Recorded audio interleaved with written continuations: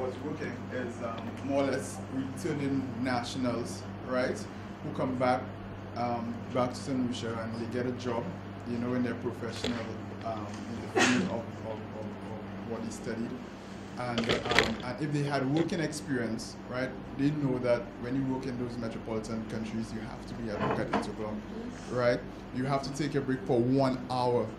There's nothing like, okay, I went out, then I went to the bank, and the line was long.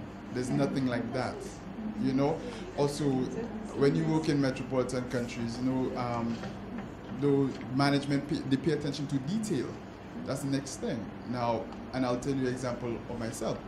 I worked in London for 8 years, and I worked in an advertising agency which made luxury magazines for Orient Express, General Electric.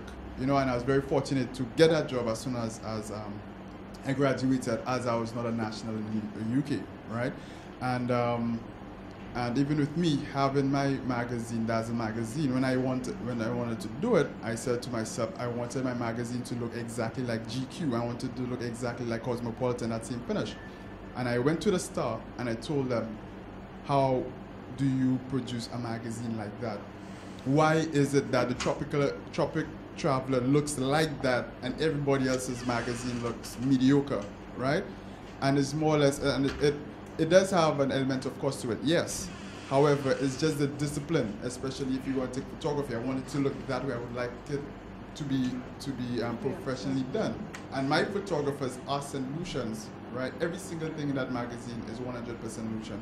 The writers, the editors, the photographers, and myself as the managing editor. And it's just the vision, it's just the discipline which I got when I worked overseas, you know. Probably if I worked in St. Lucia, I'd probably have a laissez-faire attitude.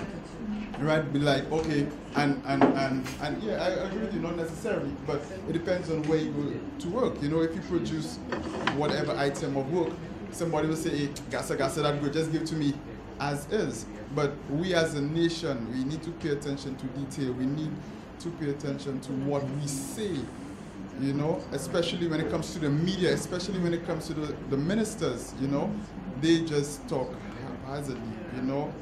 They don't, there's no chain of thought, you know, and what are we teaching our people, you know? So I believe that it's just a discipline, and we could instill that through, let's say, the schools, whether it be primary school, secondary school. I always believe that it's never too early or even too late to learn, you know. So once we could discipline, once we could educate our society, I think personally that we would be in a better position. So can I